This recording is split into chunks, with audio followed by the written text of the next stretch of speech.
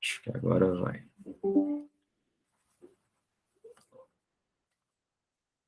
Entendi. Vocês estão vendo a minha tela, né? Sim. Certo. Muito bem. Gente, hoje a gente vai falar, então, de dois grandes assuntos que são o coração da neurociência celular e molecular, tá? São assuntos que eles são essenciais para a gente entender como que um sistema biológico, né, como é o cérebro, como é o sistema nervoso, ele é capaz de controlar uma série de funções e, principalmente para nós, onde acontecem fenômenos que são importantes para garantir que a gente vai sentir, perceber, aprender, memorizar, né, se comportar de forma autocontrolada, tomar decisões e etc. Em última instância, é nesse nível mais micro que as coisas acontecem, né? E o macro, em grande medida, ele é uma contingência, né? Uma situação que acaba sendo produzida e que interfere, limitando e potencializando aquela dimensão micro, né? Então, quando a gente está pensando numa teoria cognitiva de base cerebral, né, de base no sistema nervoso, a gente precisa entender esse sistema em todos os níveis. Inclusive, por isso a gente vai fazer uma breve pincelada de revisão em alguns temas que são mais básicos de biologia, tá bom? Então, vocês já me conhecem, eu sou o Luiz Henrique Santana. Hoje a gente vai começar, então, nesse primeiro momento, com a parte de neurobiologia, tá bom? Nesse pedaço a gente vai fazer uma pequena introdução, revisar algumas coisas gerais sobre o que é e como se organizam alguns ramos da biologia, que a gente chama de citologia, embriologia e histologia, tá? Vamos dar uma olhada naquilo que a gente chama de neurônios, as glias, algumas interações entre esses sistemas e alguns outros sistemas biológicos, tá? Em especial o sistema vascular, imune e endócrino. Algumas dessas coisas eu vou comentando, inclusive, ao longo dos slides e ao longo das duas aulas. E vamos dar uma olhadinha sobre embriologia e organização histológica do sistema nervoso, tá? Lembrando que o nosso foco é tentar ter uma racional de como essas coisas se organizam e se estruturam, né? Cada dimensão dessa aqui, ela pode dar uma disciplina inteira de neurociências, né? Só neurobiologia celular e molecular, só embriologia do sistema nervoso, só histologia do sistema nervoso já rende bastante, em especial histologia e histopatologia, né? Que é o estudo do tecido vivo no seu formato saudável e doente, né? Patológico. Muito bem. Para a gente poder chegar lá, a gente vai precisar relembrar alguns conceitos, como eu falei. O primeiro deles está relacionado à citologia, né? Aquela área da biologia que estuda especificamente células, certo? De todo tipo, mas para a gente, claro, a gente vai se centrar no que é o modelo geral de uma célula animal, tá bom? Então, vocês conseguem ver o meu cursor, né? Esse modelo aqui, ele representa algumas estruturas que elas geralmente são presentes em quase ou praticamente todas as células animais, tá? A célula animal, ela tem, então, uma organização que envolve três grandes áreas, né? Essa parte mais... O meu cursor, eu me perdi aqui. Essa parte mais externa, que está aqui num tom de azul, talvez aí mais escuro, né, que a gente chama de membrana plasmática, né, essa parte interna aqui, que a gente chama de núcleo, tá, que vem até essa região aqui mais avermelhada. O núcleo, ele, por si só, né, ele é delimitado por uma membrana, que inclusive tem uma organização, uma composição muito parecida com essa membrana externa, né, que também é uma membrana plasmática, tá? Entre as duas membranas, essa membrana do núcleo e a membrana da parte exterior da célula, existe o citoplasma, tá? E nele estão espalhados a maioria das organelas celulares, as organelas citoplasmáticas, que elas são como se fossem mini órgãos. Elas garantem a viabilidade, né, da vida da célula. Elas que garantem que a célula vai ser capaz de se manter integral, que ela vai crescer, se desenvolver, eventualmente reproduzir, tá bom? Se autopreservar de ataques externos ou de erros, né? Elas regulam muito daquilo que é o metabolismo, né? Atividades de síntese e destruição de moléculas, tá? Elas só... Por que eu falei que elas são assim, uma parte importante, mas não são tudo? Porque uma outra boa parte do que acontece na célula é modulada pelo conjunto de informações que está aqui no núcleo, né? No núcleo você tem o material nucleico, né? Inclusive o ácido desoxirribonucleico, o DNA, né? Onde está codificada a informação que permite a organização de toda a célula, organelas inclusas e tudo que ela faz, tá bom? Aqui é como se fosse a parte gerencial, e daqui sai a ordem para tudo que vai acontecer nessa célula, tá bom? Entre essas estruturas e organelas, tem algumas aqui que elas vão ser muito importantes para a gente, tá? Como eu falei, no núcleo está a parte central do que é o material genético da célula.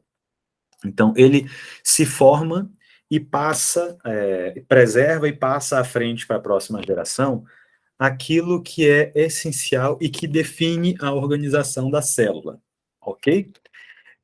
A partir dele, todas as organelas vão se constituir, tá? Algumas delas vão ter estruturas muito distintas, algumas vão ter algumas estruturas mais próximas, isso vai ter a ver também com a origem de cada uma delas, tá bom? Mas todas essas que estão aqui, elas vão cumprir maior ou menor função naquilo que a gente vai estudar.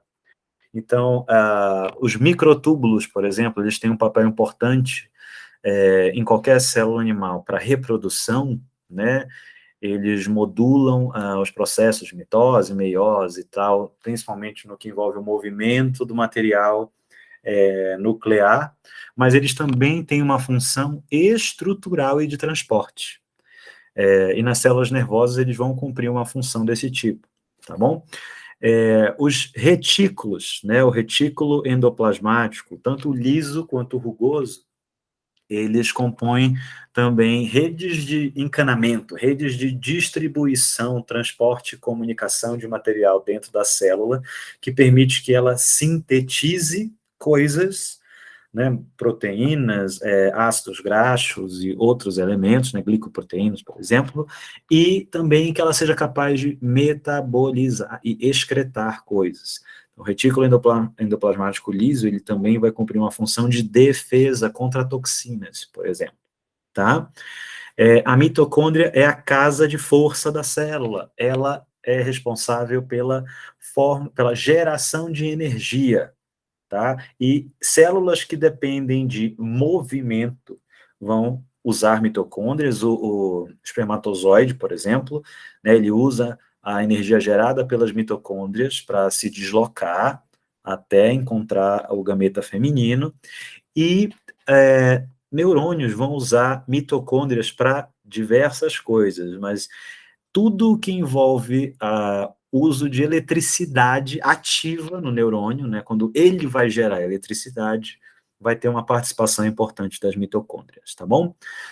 O ribossomo é o centro de síntese proteica, quer sejam em unidades espalhadas pelo citoplasma, quer seja quando ele está associado às membranas do retículo endoplasmático, a função básica dele é ler a informação transcrita pelo RNA no núcleo, e ele vai transformando essa informação, usando ela como referência para construir proteínas, que vão servir para funções das mais diversas possíveis, tá?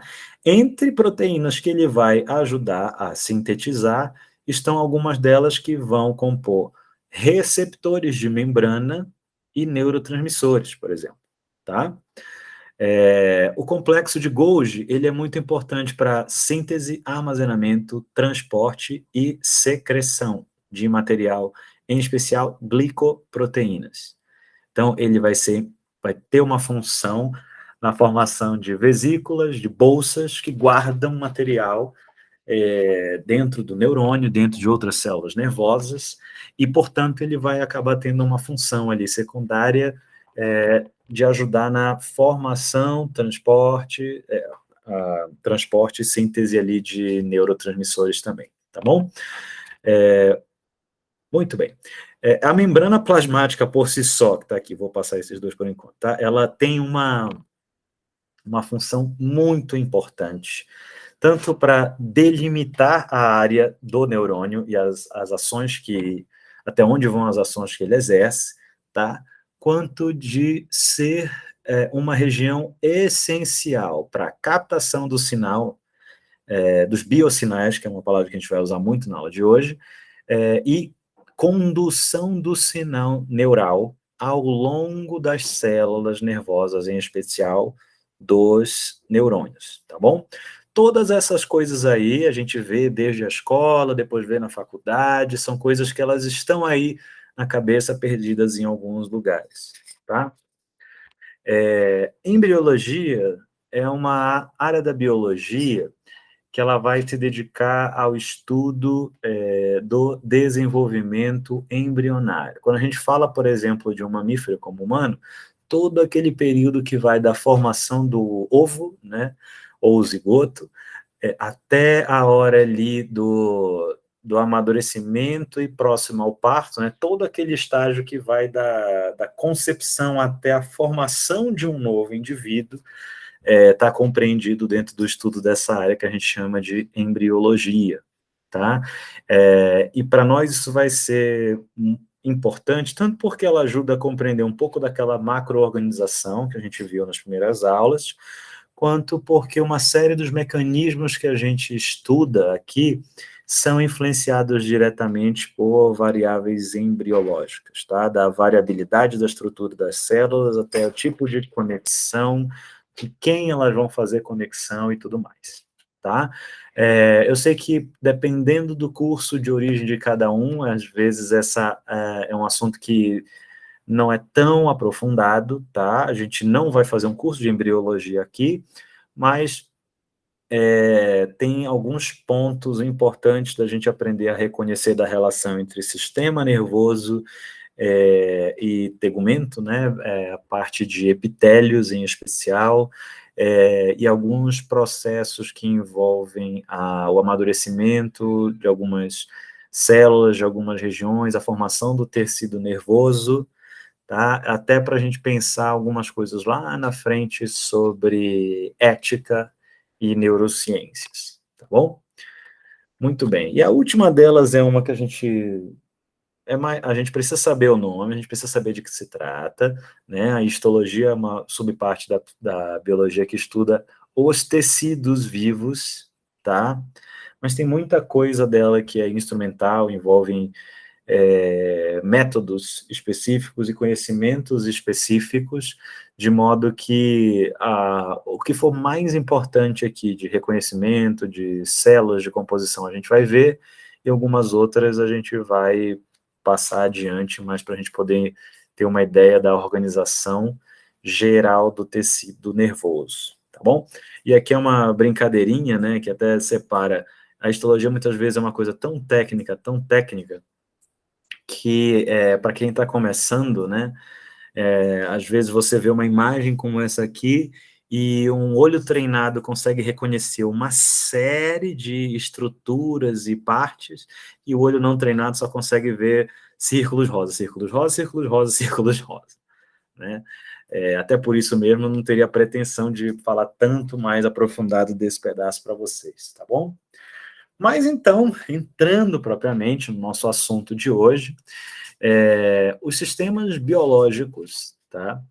Quaisquer que sejam, eles têm uma estrutura e uma função definida por um percurso histórico, a história natural daquele sistema biológico, né? Um tanto daquilo que a gente fez na primeira aula, de olhar para como evoluiu o sistema nervoso, é isso, né, como é que estava em selenterados, como é que ficou em vermes, em anelídeos, e depois em outros taxa superiores até chegar a cordados, né, primatas, humanos, etc. É um exercício de identificar uma parte desse percurso histórico, da história natural do sistema nervoso. Nós vimos algumas características, né, dessa evolução em nível macroscópico. Então, a centralização, né, e a bilateralização, ou a bilateralidade, que o sistema nervoso acaba tomando ao longo do seu desenvolvimento nos diferentes grupos animais, e a encefalização, né? Não só apenas você vai formando cada vez mais um espaço central, né, que em vermes chatos, por exemplo, vão formando núcleos, né, ou gânglios, melhor dizendo, de grandes agrupamentos de corpos neurais ao longo de estruturas nervosas ali, duas estruturas nervosas centrais e paralelas até os cerebroides no topo ali, no que seria a cabeça, né? Mas também um processo de encefalização. Quanto mais a gente vai subindo na recenticidade de um grupo animal, maior é a concentração de células nervosas em uma região principal, né? O encéfalo normalmente é presente junto a uma estrutura que representa uma cabeça, tá bom? Muito bem. Tranquilo até aqui, né? Tudo revisão até aqui. Contudo, além dessa organização então, macroscópica, a gente precisa entender o funcionamento microscópico do sistema nervoso, já que, como a gente falou, em grande medida, são essas características desse nível pequenininho que definem o arranjo das coisas, como elas vão estar no sistema nervoso, o seu desenvolvimento e até eventuais anomalias do nível macroscópico, tá? Então, alterações anatômicas, alterações fisiológicas, né, funcionais, elas são também, muitas vezes, produto de algumas características microscópicas que a gente consegue identificar muito cedo, né? Erros genéticos, erros metabólicos que podem gerar anencefalia, hidroanencefalia, malformações ao longo do desenvolvimento embrionário, né? Ou até mesmo lá na frente, malformações congênitas, quando você, após o nascimento, até nos primeiros ali semanas, meses, anos de vida, você acaba acometido por alguma infecção, por exemplo, e o desenrolar do desenvolvimento do sistema nervoso é afetado por interferência de alguns outros agentes patogênicos, tá? Como a gente viu até recentemente, né, na epidemia do Zika vírus. Muito bem. Então, a ideia aqui é que a gente possa compreender um pouco sobre a relação entre esses níveis, no caso de hoje, olhando principalmente para aquele nível microscópico, tá, gente? Se vocês ouvirem um gritinho aqui e ali, é da minha neném, tá? Então, às vezes ela vai estar passando por aqui, ok? Muito bem. Hoje a gente vai começar, então, o estudo olhando para os neurônios, tá? Os neurônios, eles são células novas, talvez, né, no conhecimento do senso comum. Mas, na prática, eles são unidades funcionais do sistema nervoso teorizadas há mais de 200 anos. Então, a ideia de que o sistema nervoso possui uma célula principal, né, que assume boa parte das suas funções e que ela tem uma autonomia metabólica, ela existe há mais de 200 anos. Né? Ela existe desde o final do século XVIII, basicamente. Só que as evidências que justificam que ela de fato existe, né, que ela não é só uma ideia, elas são bem mais recentes.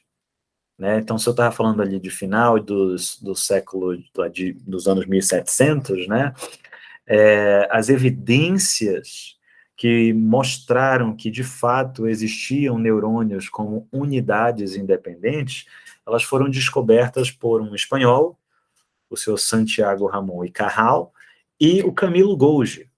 E o Cajal, basicamente, usou uma variação de uma técnica histológica do Golgi para conseguir identificar os neurônios, e o uso associado do trabalho deles rendeu a eles dois um prêmio Nobel em 1906, já mais aí de 120 anos desde a primeira teorização conhecida sobre neurônios, tá bom?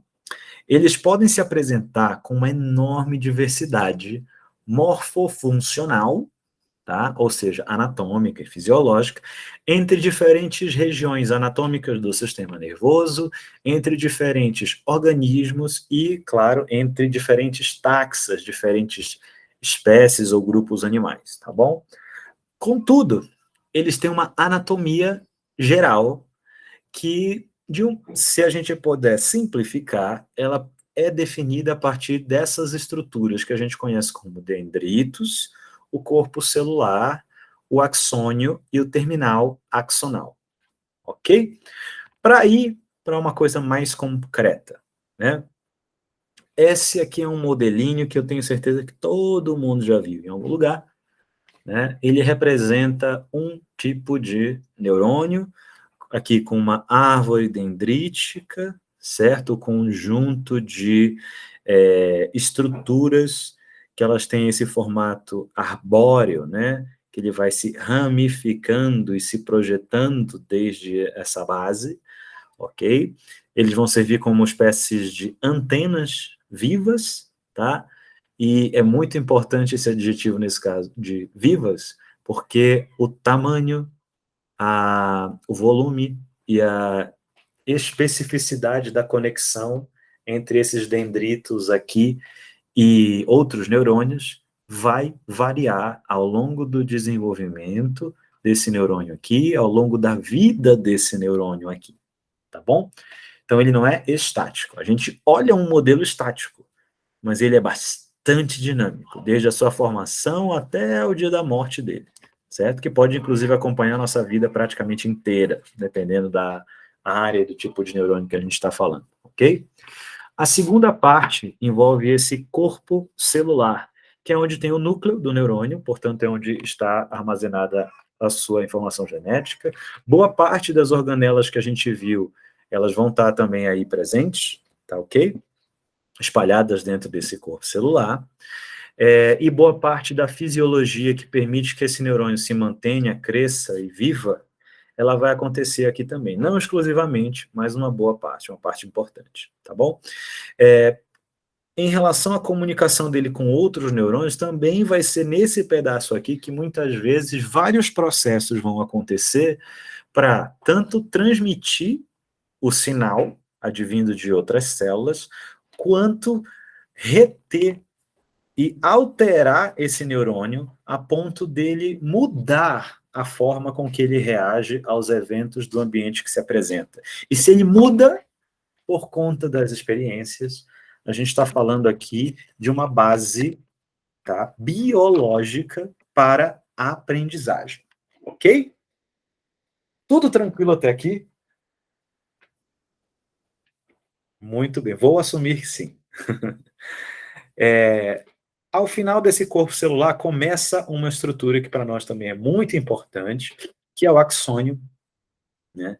Ele é o fio por onde se projeta a informação, onde é conduzida a informação eletroquímica deste neurônio até a sua extremidade, tá?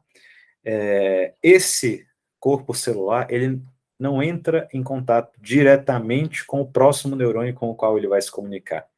Ele vai projetar o sinal a partir do axônio, ok? Isso porque o axônio ele acabou evoluindo de modo a ter uma estrutura que tende a acelerar a condução da informação, de modo que ele acaba tendo um papel importante para garantir a conexão entre o corpo celular desse cara e um espaço que vai existir entre esse neurônio e a próxima célula com quem ela se comunica. Ok? Podendo, inclusive, dependendo do neurônio que a gente está falando, dependendo da área anatômica que a gente está falando, podendo esse axônio assumir até metros, tá? Dado que alguns neurônios eles podem ter o seu corpo celular no encéfalo e o final do seu axônio espalhado na ponta dos nossos dedos ou até na palma dos nossos pés. Então, se você tiver uma pessoa de 2,10 metros, ela pode ter um axônio neuronal que pode atingir próximo a 2 metros, tá bom? Incrível, né? Uma única célula microscópica. Ao final do axônio, a gente tem, então, o fim do axônio, o terminal axonal, né? Que ele tem uma anatomia também um tanto arbórea, né? Um tanto ramificada e distinta do restante do axônio. Isso porque ele vai ter algumas especificidades funcionais, né? Ele vai ter mais uma função de transmitir a informação, não dentro da mesma célula, mas desta célula para a próxima célula. Então, o mais importante para ele aí do que essa variação de estrutura que garante a transmissão, a celeridade do sinal elétrico, no caso do terminal axonal, ele vai ter algumas variações estruturais que facilitam para que ele tenha uma comunicação química saindo dessa célula e alcançando a próxima célula, ok? Tudo aqui eu estou falando em termos bastante gerais. A gente vai agora ponto a ponto sobre cada uma dessas estruturas para tentar entender um pouquinho mais delas, ok? Muito bem. Os dendritos, então, voltando lá para o ponto inicial, eles respondem como se eles fossem antenas. Isto é, eles compõem um sistema de recepção da informação sináptica. Tá? A sinapse, a gente vai olhar mais especificamente aí na frente, mas ela é um espaço entre células que permite uma comunicação eletroquímica entre duas ou mais células sem que elas tenham um contato direto entre elas. Ok? Pelo menos o tipo de sinapse elétrica que a gente está falando aqui no sistema nervoso, em sua grande maioria. Ok? E elas filtram essas antenas, né, os dendritos, as alterações ambientais de modo a favorecer o disparo eletroquímico, que daqui por diante a gente vai chamar de potencial de ação ou potencial receptor, dependendo do circuito que a gente está comentando, em condições específicas. Ou seja, esses neurônios aí, eles podem ter um padrão de reação diretamente modulado por essas antenas, né? Conforme elas vão aumentando em área, aumentando em especificidade, e aumentando ou reduzindo a sua resistência elétrica, eletrostática, por exemplo, elas vão variar o tipo de estímulo ou a intensidade do estímulo ao qual elas reagem. E isso vai ser importante porque essa seletividade, ela pode garantir ao neurônio menos estresse, maior tempo de vida e maior eficiência na qualidade da informação que ele passa, ok? Então, esse conjunto de funções de seleção, né, permitem essa seletividade de disparo, é muito importante, tá? Não à toa, quando a gente está estudando lá sinapses, os dendritos, né, eles compõem tudo aquilo que envolve o neurônio pós-sináptico, o neurônio que vai depois do espaço, né, delimitado ali na sinapse. E é neles que vai se expressar os receptores dos neurotransmissores, ok? Então, a presença dos dendritos é o que torna viável que essas antenas, os receptores dos neurotransmissores, se expressem na membrana plasmática dos neurônios e, assim, possa garantir que eles, de fato, vão ter contato com uma outra célula pré-sináptica. Ok? Tranquilo, gente, até aqui. Estou falando grego. Tranquilo, prof. Legal. Então, tá bom. Muito bem. A partir dessa primeira, então, reação dos dendritos, a gente vai falar agora do corpo celular, né? Ele é responsável pela manutenção da vida do neurônio, é essencial para garantir alterações eletroquímicas que garantem o disparo do potencial de ação e, eventualmente, alterações de longo prazo nas reações eletroquímicas que ele é capaz de exercer ou estruturais da célula.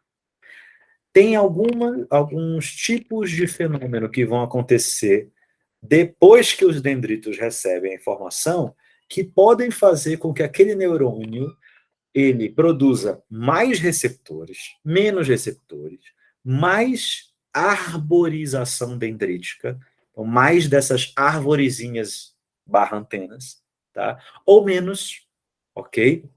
E isso vai impactando como ele se conecta com a rede de outras células, podendo tornar esse neurônio mais sensível ou menos sensível ao que está acontecendo no ambiente, ok? Então, o corpo celular, de cara, tem uma função importante para regular a conectividade do neurônio com outros neurônios, né, ou com outras células, de um modo geral, ok? Podendo tornar ele mais ou menos específico.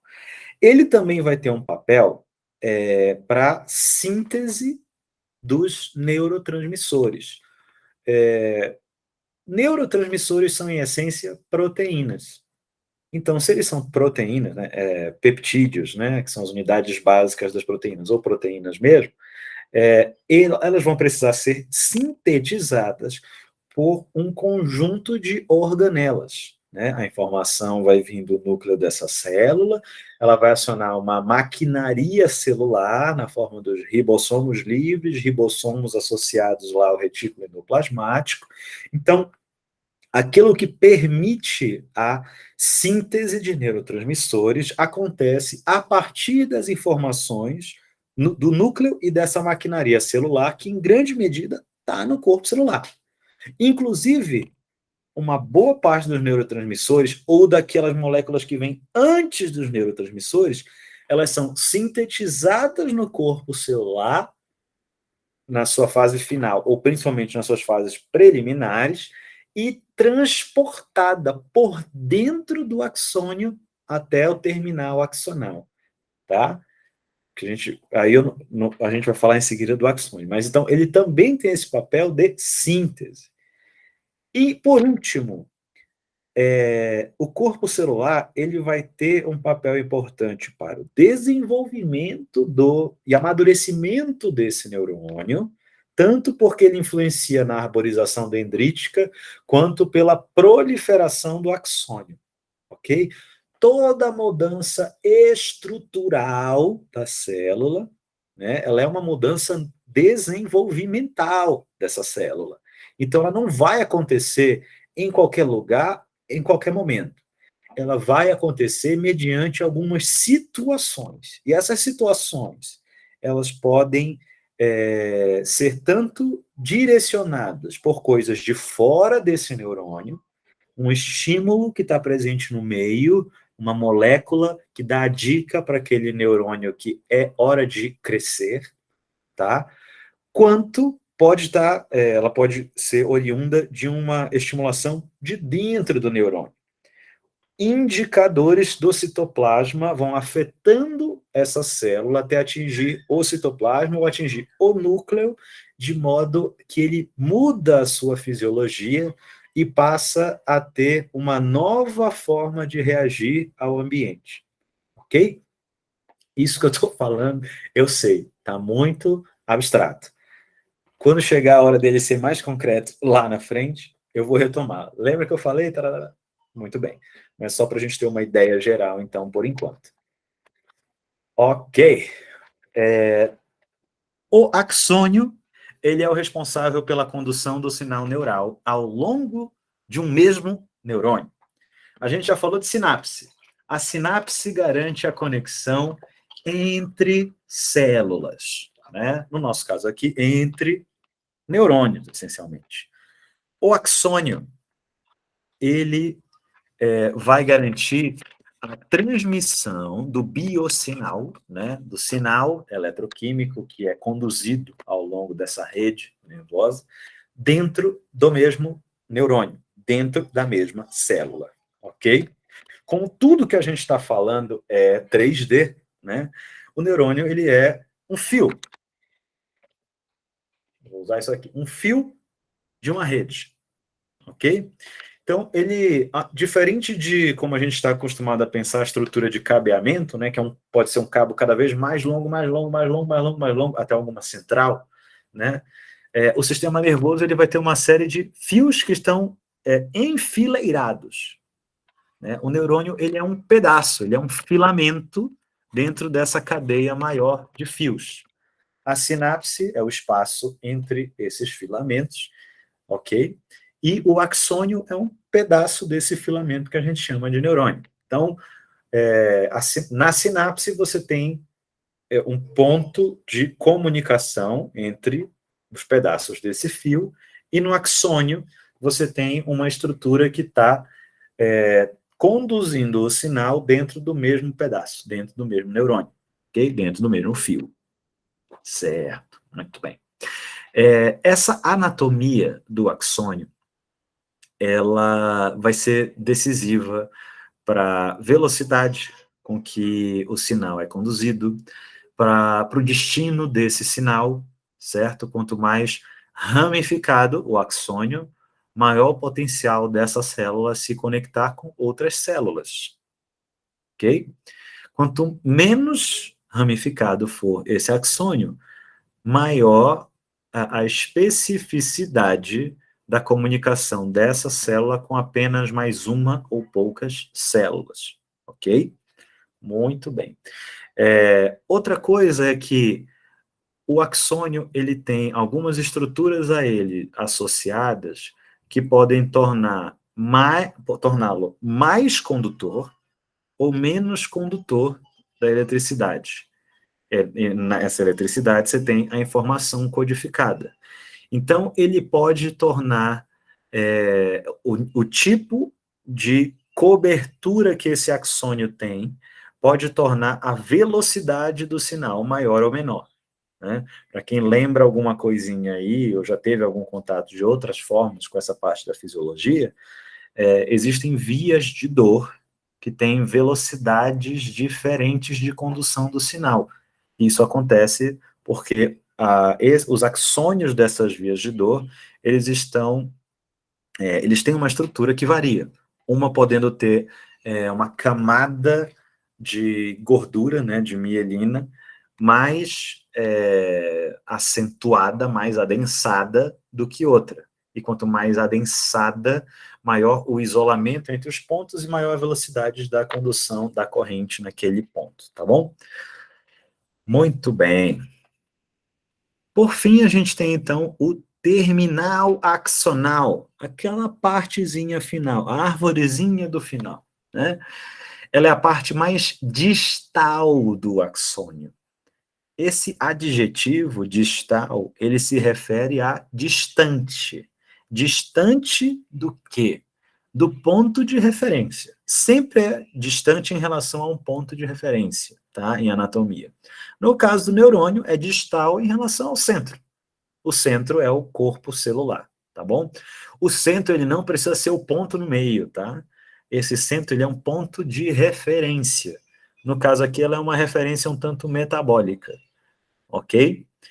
Mas quando a gente está falando aqui de anatomia geral humana, essas falanges, né, os ossinhos do dedo, elas são também classificadas com esse tipo de adjetivo, né?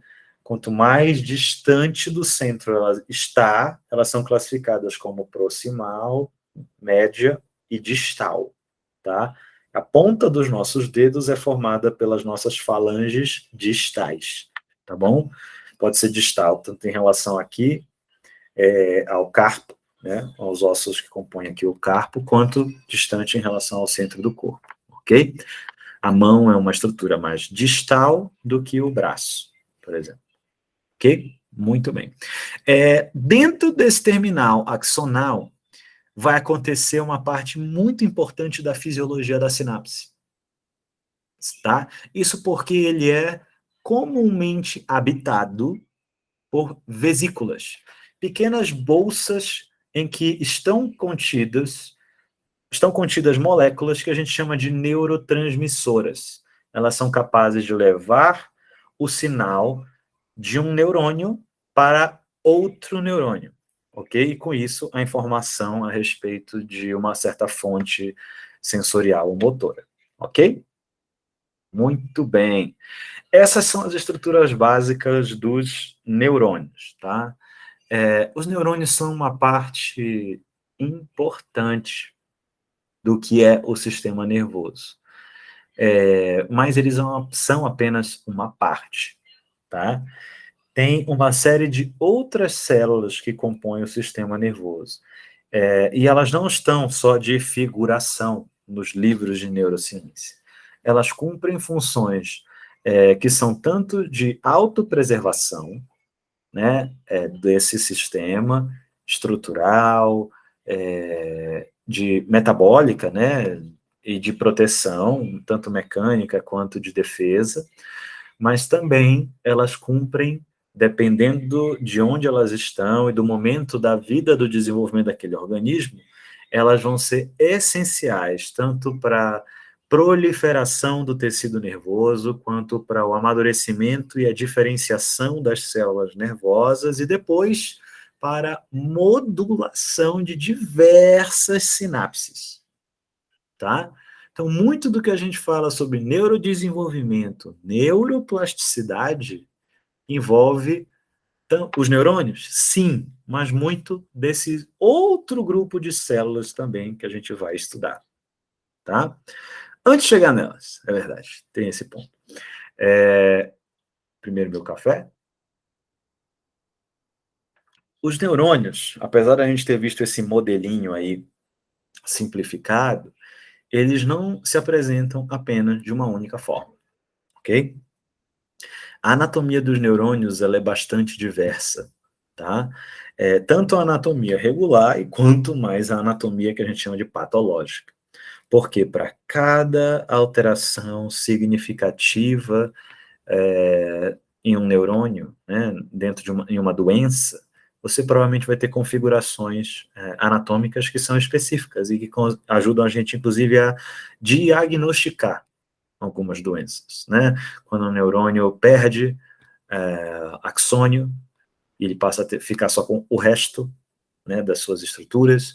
Quando ele tem o empobrecimento da sua árvore dendrítica, quando ele tem o entumecimento de algumas regiões por uma reação inflamatória, cada uma dessas coisas vai ter um impacto sobre a sua morfologia, a sua estrutura, a sua anatomia, tá? Mas não é só doença que muda a estrutura de neurônio. A região onde cada um está, a função que cada neurônio cumpre, vai ajudando a diferenciar essas células entre si, ok?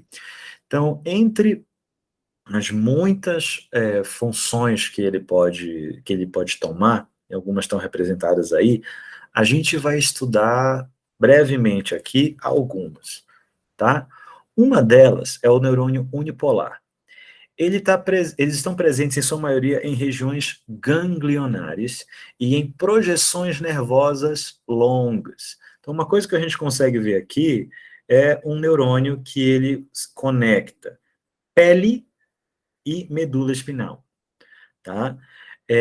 Você pode ter um único neurônio que vai ter uma arborização dendrítica, lembra? Dendritos, na pele, ou seja, o dendrito são antenas, é lá que ele capta a informação e ele conduz a informação ao longo da sua estrutura até passando pelo seu axônio e finalizando na parte interna da medula espinal, ok?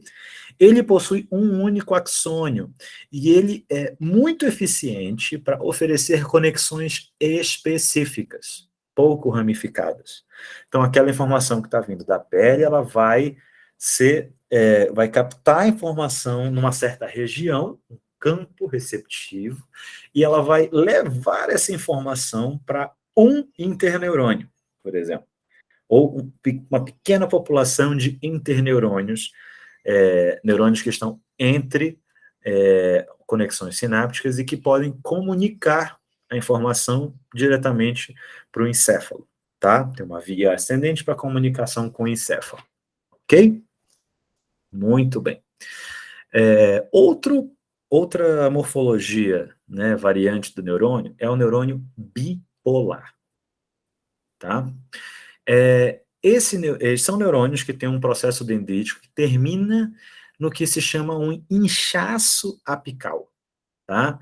Esse inchaço ele é exposto ao mundo exterior. E isso ajuda a formar algumas estruturas que permitem comunicar aquele neurônio com áreas específicas e distintas, tá? Uma região em que a gente vê a formação desse neurônio bipolar é em uma das camadas da retina, tá? Existe uma camada de células da retina que é composta por esse tipo de neurônio bipolar, ok? E esse tipo de célula bipolar, ela vai ter um papel importante para codificação da informação visual, tá? Integrando nesse caso aí, a célula receptora visual, cones ou bastonetes, a depender, tá? Com um neurônio que vai, de fato, iniciar a via de condução do sinal, já lá no nervo óptico, para o sistema nervoso central. Ok? Muito bem. Por fim, a gente tem os neurônios chamados de multipolar, tá? Eles são neurônios caracterizados por muitos dendritos, e eles podem se originar de diferentes regiões, tá? Eles podem estar em diferentes partes do sistema nervoso, mas uma área em que existe bastante disso são as áreas corticais, né? As áreas corticais, elas são muito ricas em neurônios multipolares, o que garante que cada uma dessas células tenha uma rede de conexões com outras, ampliando as suas fontes de informação, o que vai influenciar diretamente em como essa célula reage, né? Porque, de um modo geral, células como, por exemplo, as células de Purkinje, elas vão ter um papel na regulação do disparo de outras células, tá? Elas estão lá dentro das camadas mais superficiais, né, do córtex cerebral, e por isso elas têm um controle descendente muito importante. Um controle descendente, um controle sobre as estruturas da parte mais básica do sistema nervoso, e, portanto, que controla uma série de outras funções, né, de parte sensorial, motora, das mais diversas, ok? Tranquilo? Essas variações anatômicas, quanto mais você for estudar circuitarias específicas, mais importantes elas vão se desenhar para você, porque elas vão te dar pistas sobre a conexão, os tipos e a diversidade das conexões que cada uma dessas células tem, cada elemento desse circuito tem, tá bom? Bem como o tipo de controle que cada uma dessas células exerce sobre a próxima área, tá? Se é excitatório, se é inibitório, tá bom? Quanto mais específico o controle, de um para um, por exemplo, maior vai ser o impacto que o disparo daquela célula que você está estudando vai ter sobre a próxima, e quanto menos específico for, né, mais a próxima célula vai depender de um somatório de estimulações para que ela dispare, tá? E esse somatório vai depender de arranjos de estimulação muito mais diversificados e complexos, né? Vai depender de mais situações, mais probabilidades, ok? Muito bem. Os neurônios, em sua fisiologia, eles não disparam para qualquer coisa. Embora eles sejam máquinas elétricas, a eletricidade ela tem um papel bastante perigoso dentro dos sistemas biológicos. Porque, embora ela seja muito eficiente, né, para interação entre diferentes partes e modulação de reações, ela tem um papel para qualquer pessoa que já enfiou o dedo na tomada ou tomou choques piores que isso, né? Ela tem um papel bastante nocivo à integridade do tecido vivo, porque ela pode gerar danos estruturais, né? Prejuízos por um impacto térmico, por exemplo, né? Gerar queimaduras, que podem levar, inclusive, uma célula a óbito, tá? Não à toa a gente tem vários organismos vivos, né, como alguns tipos de peixe, né, como aqui na Amazônia o poraquê, que ele usa a eletricidade como uma arma, né, como uma forma de defesa. Em essência, o que o neurônio faz é gerar eletricidade, para conduzir, claro, né, um sinal codificado. A questão para ele é que se isso não acontecesse segundo um balanço de risco e benefício, ele podia rapidamente entrar em estresse, tá? Entrar em exaustão e perder o controle desse mecanismo ao ponto dele se deteriorar e morrer, né? O neurônio é uma célula viva. Então, saber reconhecer a hora certa de disparar, né? Ajuda na autopreservação dessa unidade, ok? Inclusive, né, hoje a gente sabe que dificuldades no controle, na regulação desses padrões de disparo, são parte do que explica quadros como o da epilepsia, ok? Por qualquer outra razão aí, que para nós não vai ser importante especificar, você vai ter aí dificuldades no controle dessa regulação de disparo, disparos excessivos e imprevisíveis que podem gerar, inclusive, morte celular. Algumas outras coisas, como alguns estados preliminares da manifestação da demência de Parkinson, podem levar alguns neurônios de regiões específicas, como ali neurônios da região da substância negra, entrarem em estresse oxidativo e morrerem após sequências de disparos não controlados e repetidos e intensos, ok? Então, a qualidade dessa especificidade na hora de disparar, na hora de agir, é muito importante para o neurônio. E é por isso que ele não dispara por qualquer coisa. Tá? Ele dispara segundo algumas regras e dentro de um padrão. Tá? Aquele rapazinho, né, que a gente mencionou na primeira aula, né, o Kandel, ele foi um dos principais responsáveis por identificar o padrão segundo o qual as células nervosas disparam, tá? E esse padrão é o que a gente chama de potencial de ação. O potencial de ação, ele vai descrever, então, um conjunto de reações eletroquímicas que uma célula nervosa performa como reação a um estímulo. E ele é um mecanismo pelo qual essas células nervosas conduzem os biosinais dentro da mesma célula. Ok? Tranquilo? Muito bem, lá vamos nós. É muito importante isso aqui, tá, gente?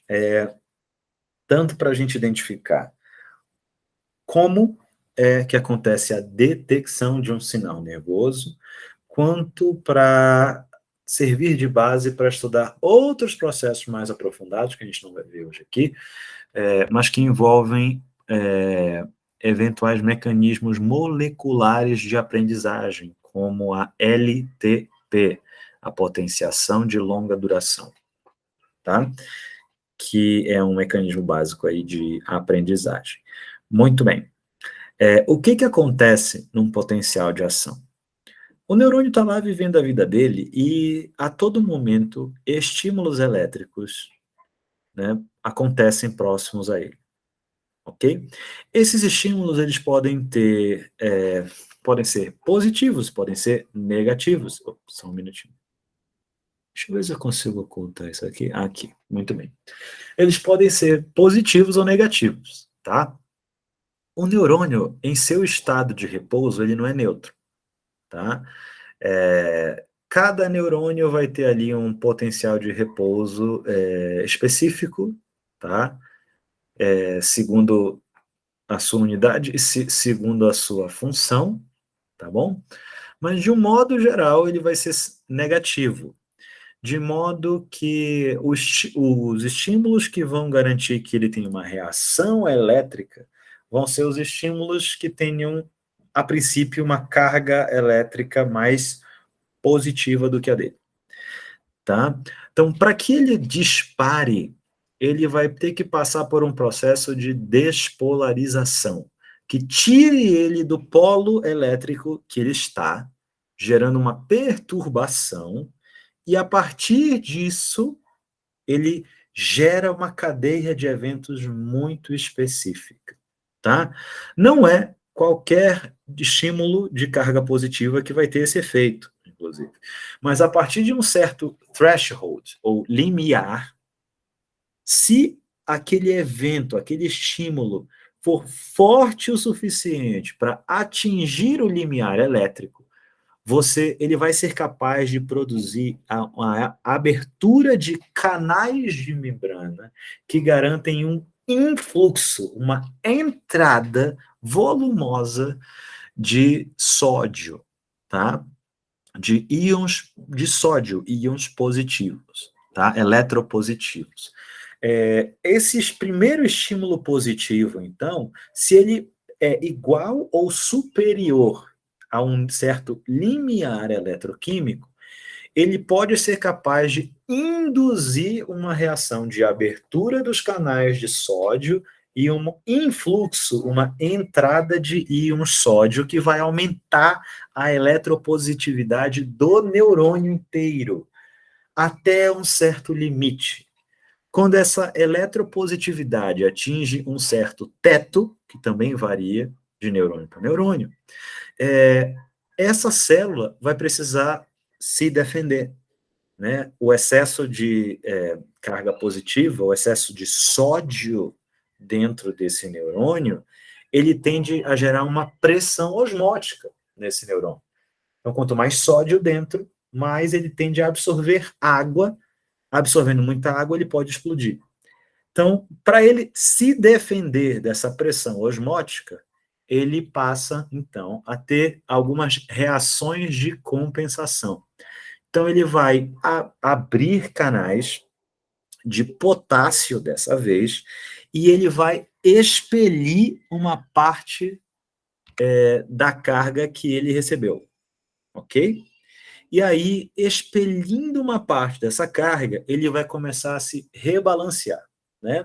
Repolarizando, retomando o ponto mais próximo daquele ponto negativo de onde ele partiu. Só que ele acaba, só por esses canais aí, passando a negatividade original em que ele estava. Quando acontece essa terceira etapa, né, essa hiperpolarização, em que ele fica mais polarizado no negativo do que aquele seu ponto de equilíbrio, você vai começar a ver uma abertura de novos canais que geram um certo influxo de cálcio. O cálcio é eletropositivo, e isso puxa o potencial elétrico do neurônio de volta para o seu nível de repouso. Essa é a sequência dos fenômenos elétricos, eletroquímicos, né, que acontecem no neurônio entre o momento em que ele recebe uma estimulação, tem toda a sua reação de alteração elétrica e volta para o repouso, ok? Só que isso tudo acontece dentro de uma célula, ok? Então, a descrição desse fenômeno elétrico aqui, ela vai acontecer ao longo desse neurônio, ok? Então, aquele estímulo original que a gente falou, ele vai ter que acontecer próximo às antenas, né, aos dendritos desse neurônio. Quando ele atinge esse certo limiar, ele abre canais que podem estar nos dendritos, podem estar no corpo celular, e eles vão estar em todos os nós que estão espalhados ao longo do axônio. E todo esse fluxo que a gente comentou de íons sódio e potássio, o que a gente chama de bomba de sódio e potássio, ele vai acontecendo ao longo do axônio e esse deslocamento iônico vai conduzindo eletricidade, conduzindo o sinal neural, o sinal nervoso, do início do axônio até o seu final. Lá no final é onde a gente vê o fenômeno da hiperpolarização e onde tem um conjunto razoável de canais de cálcio. E aí, aquele fenômeno de reequilíbrio, né, de retomada do potencial de repouso, vai acontecer com um influxo, uma entrada de cálcio, que não só faz esse neurônio ficar mais eletropositivo, como o cálcio que entra, ele vai se acoplar em bolsas, em vesículas, onde estão os neurotransmissores, e secretar os neurotransmissores na fenda sináptica, que é o fim do potencial de ação, conduzir o sinal até a fenda sináptica. Tudo bem? Ainda estão comigo?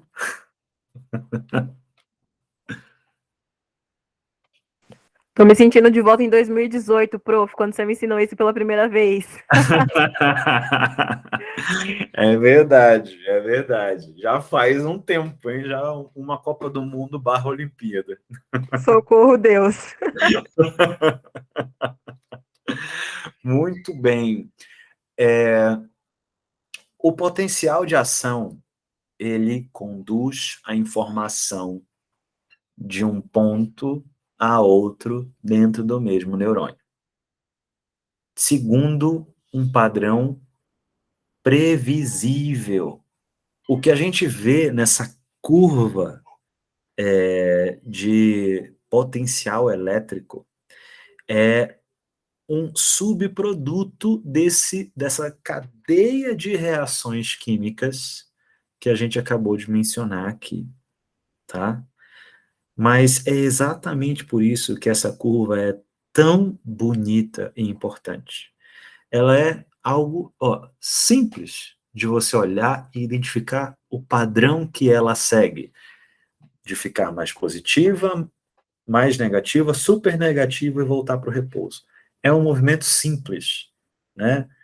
Mas ele é um movimento que descreve a essência de como a informação nervosa ela é processada em virtualmente qualquer dos cerca de 86 bilhões de neurônios que a gente tem no sistema nervoso de um adulto. Esse é o bonito do negócio, né? Ela é algo extremamente simples que explica uma infinitude de comportamento celular, tá bom? É algo extremamente simples e extremamente geral e universal para essas células aí, ok? Muito bem. A última coisa dos neurônios tem a ver com o que a gente chama de potencial receptor, que é essencialmente a mesma coisa que o potencial de ação, mas aqui acontecendo para um neurônio modificado que tem função sensorial. Ok? Então, voltando lá para o nosso exemplozinho da retina, onde a gente viu aquela camada de neurônios bipolares, né? A retina ela tem uma organização invertida em relação ao que a gente imagina que poderia acontecer, porque a antena dela está apontada para trás, né?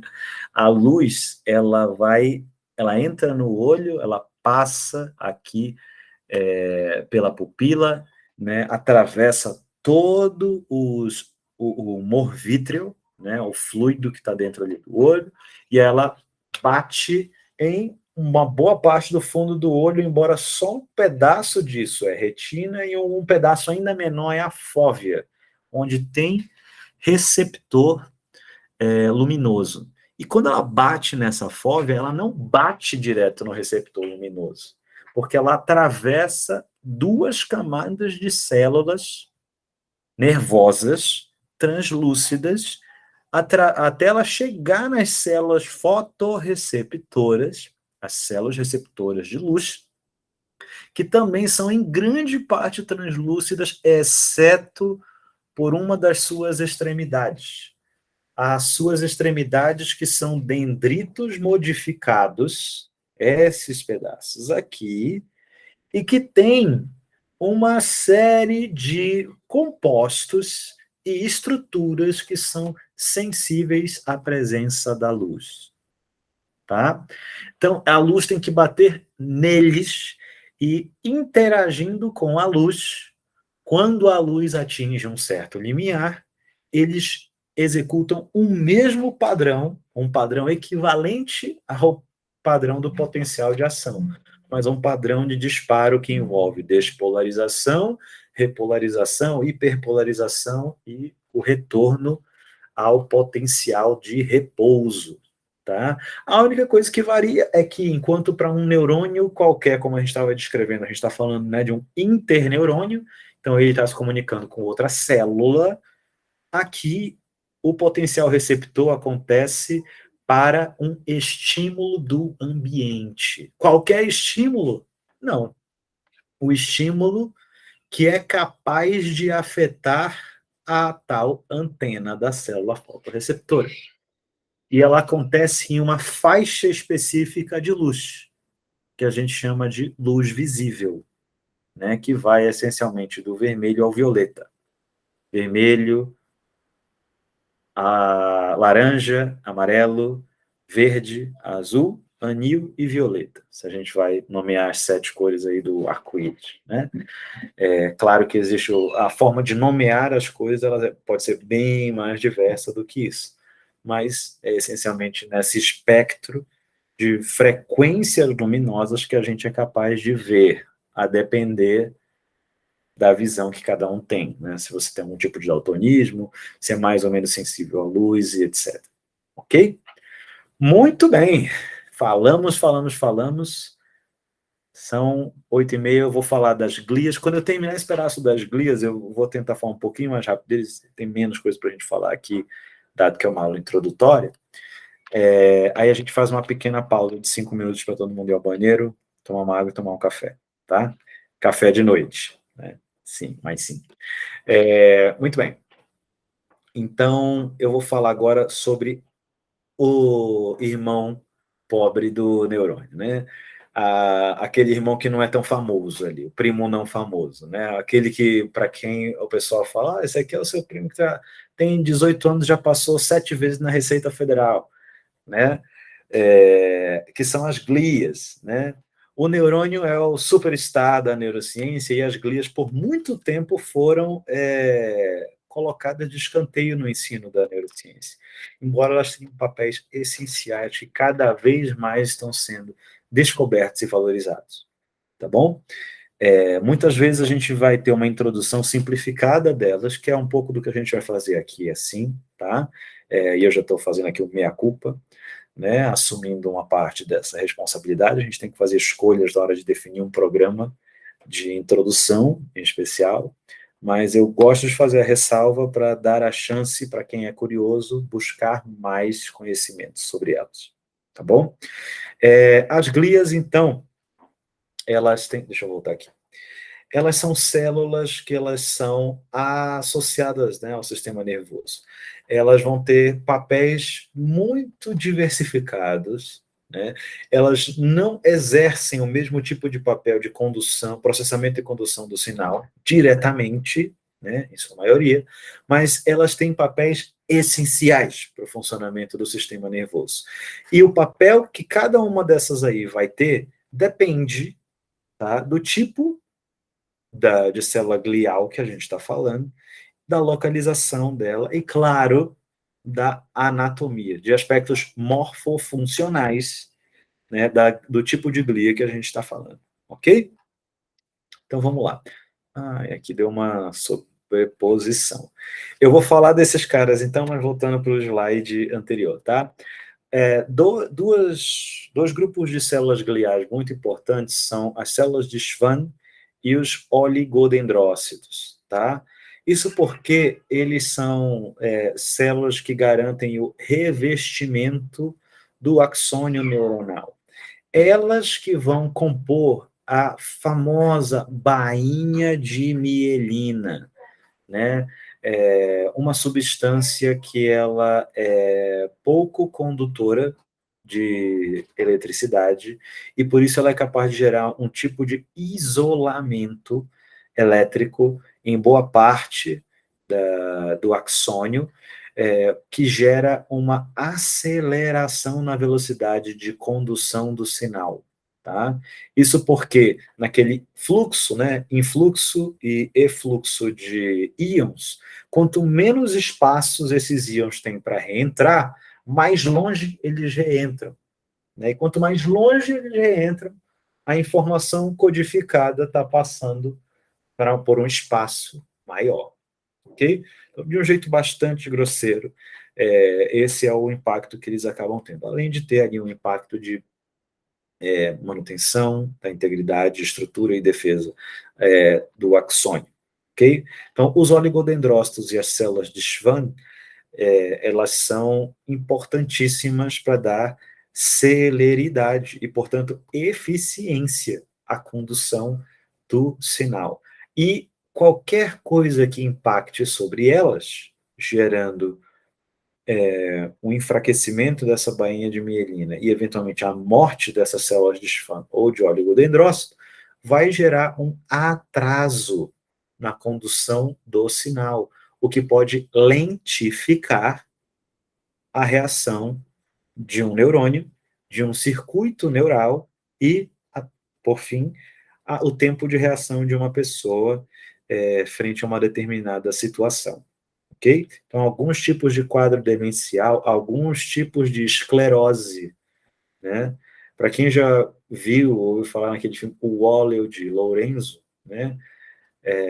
Você vê lá um tipo de esclerose, a esclerose lateral amiotrófica, que ela tem um impacto sobre essa cobertura, esse revestimento dos axônios, gerando atrasos, né, e uma lentificação, então, portanto, das reações, até o ponto, claro, né, a gente está falando de um quadro que evolui, um quadro progressivo, e que, dessa forma, tende a gerar agravos na regulação de alguns circuitos muito basais. Né? Quanto mais esse tipo de doença progressiva avança, maior tende a ser a gravidade da perda, porque você pode chegar ao ponto de lentificar e inviabilizar funções como respiração e batimento cardíaco, que é muitas vezes o que a gente vai ver em quadros avançados de Alzheimer, por exemplo, também. Tá? Escleroses muito avançadas ou demências de cunho progressivo muito avançadas podem gerar esse tipo de perda funcional que acaba levando a óbito. Tá bom? Muito bem. Um tipo de célula glial muito importante são as células ependimárias, tá? Essas células, elas são tipos de epitélios ciliados, tá? E elas são importantes para a síntese do líquido cefalorraquidiano, o líquido que garante a nutrição, hidratação e defesa de todo o tecido neural, em especial do encéfalo e da medula, ok? Ele é aquele líquido que você pode doar, inclusive, né? Você pode fazer coleta para fazer a observação de eventuais infecções, como, por exemplo, alguns tipos de meningite, tá? E até neurosífilis. Então, alguns tipos de exames envolvem a coleta desse líquor, né? Desse líquido cefalorraquidiano, eles precisam ser feitos em doses muito pequenas. Do contrário, você pode ter prejuízos muito importantes, quanto Processos de drenagem desse líquido cefalorraquidiano podem gerar desidratação do tecido nervoso, e aí tanto gerar estresse oxidativo, né, que é um estresse pela falta de nutrientes, em especial, nesse caso aí, oxigênio, né, mas outros também essenciais para a manutenção da integridade do neurônio, e, claro, desidratação da célula até o ponto dela envelhecer mais rapidamente, ressecar e, eventualmente, morrer, né?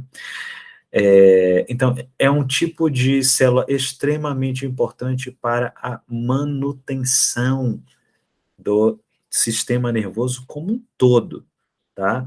Inclusive, processos de obstrução ou de inflamação das células ependimárias podem ter danos muito importantes para o desenvolvimento do sistema nervoso, tá? E aí, processos inflamatórios podem advir tanto de acidentes, né, com traumatismos crânioencefálicos, quanto de alterações metabólicas, aí, como diabetes, alterações hormonais, que podem ter impactos aí, mais agravados sobre a regulação dessas células ependimárias, tá, ependimárias. Muito bem. Outro tipo de célula glial, né, é a micróglia. A micróglia, ela é um tipo de neurônio modificado para a defesa do sistema nervoso. Então, perceba que aqui, né, um tipo de célula nervosa, perdão, modificada para o sistema nervoso. Essa é a estrutura de uma micróglia. Muito diferente de um neurônio, né? E ela tem essa estrutura aí, que são quase perninhas, por assim dizer, né, em torno desse corpo celular, que é o que garante exatamente a função dela. É muito fácil de você jogar no Google e ver uma micróglia, né, no microscópio, ou no microscópio, se deslocando. Ela é uma célula de defesa, ela tem facilidade de se deslocar pelo espaço intersticial, o espaço entre as células nervosas, pelo tamanho reduzido dela e por esses pedúnculos que facilitam o deslocamento dela dentro do tecido, e ela vai caminhando, se deslocando para interferir sobre conexão de células, interferir sobre as condições desse meio intersticial, né, acidez, alcalinidade, tudo mais, e defesa, tá? Ela pode entrar em combate com agentes patogênicos, como bactérias e vírus, por exemplo, tá bom? Então, ela tem um impacto muito importante para a defesa do sistema nervoso como um todo, ok? E a última dessas células gliais que a gente vai referenciar aqui talvez a mais famosa, né, e a que teve um boom muito recente de publicações sobre ela, que são os astrócitos, né. Os astrócitos, eles são classicamente tidos como as células estruturais, aquelas que são o esqueleto do sistema nervoso, mas na prática a gente sabe hoje que elas são muito mais do que isso, e elas cumprem um papel muito importante na regulação de diversas sinapses espalhadas em várias circuitarias do sistema nervoso central, tá bom? Então, elas também têm um papel estrutural importante, também têm um papel metabólico importante na regulação do metabolismo do sistema nervoso, mas também um papel tanto para a formação e o desenvolvimento e amadurecimento do sistema nervoso, que vai fazendo ele tomar a sua forma, né, interferindo sobre mecanismos de sinalização celular, né, e embrionária, como também compondo como um terceiro agente, interferindo sobre sinapses e processos de recaptação e reutilização, eventualmente, de neurotransmissores na fenda sináptica, tá? Um tipo de mecanismo que a gente vai ver um pouquinho mais à frente aí na segunda aula, na aula 4, tá? Muito bem. A gente tem uma série de interações importantes entre neurônios, glias e outros sistemas, tá? Biológicos. Em termos vasculares, tá? A gente tem uma série de interações importantes entre artérias e veias e o sistema nervoso, porque a gente tem, e clinicamente falando, a gente tem isso como importante pelo impacto que o sistema vascular tem, tanto no abastecimento do sistema nervoso com oxigênio, quanto na captação de metabólitos, certo? Excretas e gás carbônico, por exemplo, tá? Quanto pelo impacto direto que o fato de você ter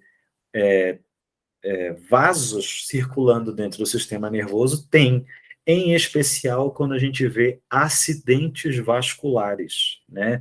Processos de trombose e obstrução que podem gerar acidentes vasculares isquêmicos, onde o oxigênio não chega onde ele tem que chegar e, portanto, pode levar até a morte do tecido nervoso em vários pedaços, várias regiões, assim como acidentes vasculares hemorrágicos, em que o sangue como um todo, ou plasma, ele extravasa as barreiras de um certo vaso, ocupando o espaço intersticial, modificando quimicamente aquele espaço intersticial e podendo levar a óbito, a uma infecção, a um quadro inflamatório e, de todo modo, a alteração do funcionamento regular daquela região afetada, tá bom?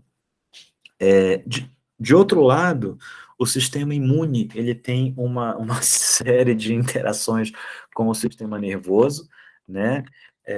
Tanto para sinalização celular, na fase de desenvolvimento, tudo que envolve neuroplasticidade, em alguma escala vai ter interações com o sistema imune. A gente sabe que o próprio sistema nervoso vai interferir sobre, inclusive, alguns processos do sistema imune, então você tem uma via imunoneural, outra via neuroimune, né, de interregulação. E, por fim, a gente tem também aí alterações endócrinas que são importantes, né? Já falamos um pouquinho lá na aula 2 sobre a interação entre hipotálamo e hipófise, então, o sistema nervoso ele tem uma interação direta com o sistema endócrino, mas diversos mecanismos endócrinos eles são regulados ou regulam mecanismos de feedback do sistema nervoso, tá? Então você tem hormônios interagindo com outros pedaços do corpo humano e com o próprio sistema nervoso, ao ponto de afetar padrões de reação que ele vai ter, tá?